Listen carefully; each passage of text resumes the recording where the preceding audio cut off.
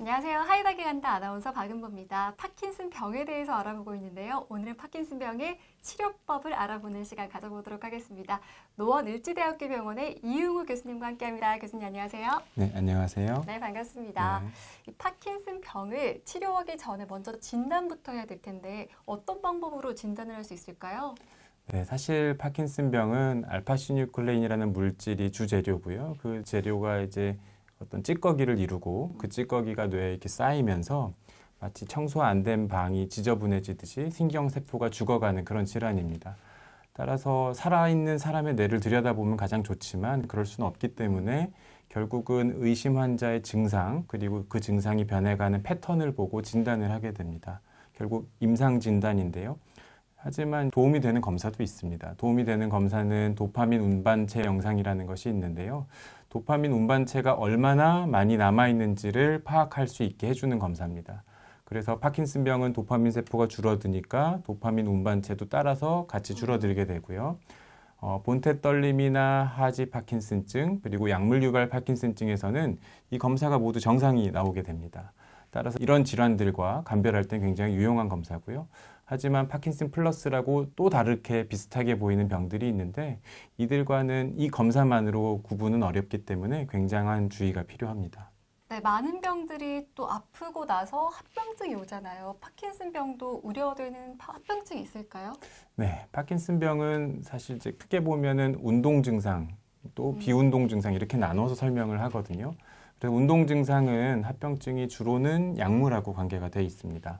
파킨슨병 초기에는 도파민 효과가 아주 드라마틱하기 때문에 효과도 지속적이고 하지만 시간이 흐르면 도파민 세포가 더 줄어들 수밖에 없거든요.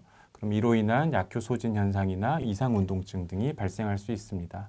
따라서 이런 경우에는 세심한 약물 조절이 필요하고요. 반드시 이제 파킨슨병 전문가와 상의를 하는 것이 좋습니다. 네, 비운동 증상은 운동 증상이 발생하기 전부터 발생하는 증상도 있고 그 이후에 심해지는 증상도 있는데요. 그 전에 발생하는 후각 저하라든지 변비, 우울, 수면 장애 등 이런 것들이 있고요. 또 병이 발생한 이후에 심해지는 것들에는 기립저혈압, 환시, 정신증, 치매 등의 증상들이 발생할 수 있습니다. 이 증상들은 병 자체가 진행하면서 나타나는 증상인 동시에 약물에 의해서도 호전되기도 하고 악화될 수도 있기 때문에 역시 적절한 약물 조절이 굉장히 중요한 증상들입니다. 네, 이제 파킨슨병을 진단하기도 했으니까 치료에 대해서 자세히 알아보면 좋을 것 같습니다. 어떤 치료법이 있을까요?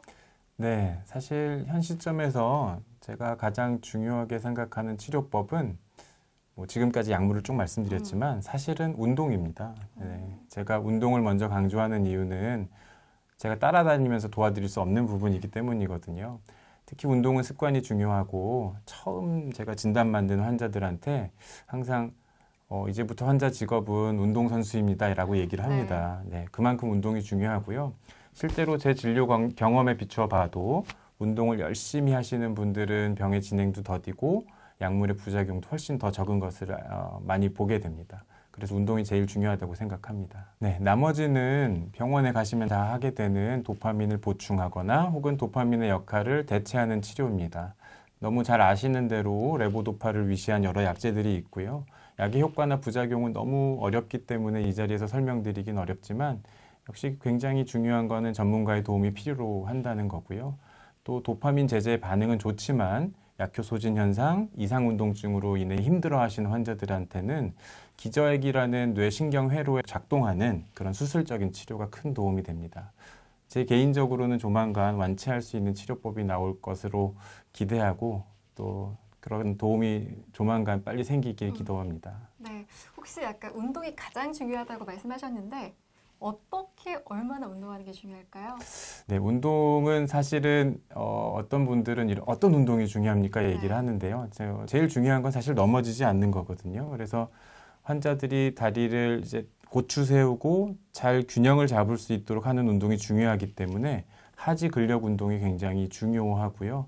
또 그 다음에 중요하다고 생각하는 거는 균형 잡는 운동입니다. 그래서 이런 하지 운동들, 보호자가 옆에 계실 때는 옆에서 부축하면서 걷는 운동들을 좀 하시면 좋겠고 옆에 안 계실 때는 다리를 들었다 놨다 하는 것도 근력 운동에 굉장히 좋기 때문에 그런 운동들을 하실 수 있습니다. 또 도움이 되는 운동은 제가 이제 노래를 많이 부르라고 하는데요. 왜냐하면 삼킴 장애가 생기실 수 있기 때문에 이 주변 근육을 단련하는 방법은 노래밖에 없어요. 그래서 노래를 많이 부르고 또 가수가 되셔야 됩니다. 네, 그렇게 노래를 많이 부르시면 좋겠습니다. 네, 이제 직업은 운동선수와 네. 가수네요. 네, 맞습니다. 오늘 이렇게 파킨슨병의 치료법에 대해서 알아봤습니다. 도움 말씀 주신 분은 노원 을지대학교 병원의 이응우 교수님과 함께했습니다. 교수님 잘 들었습니다. 네, 감사합니다.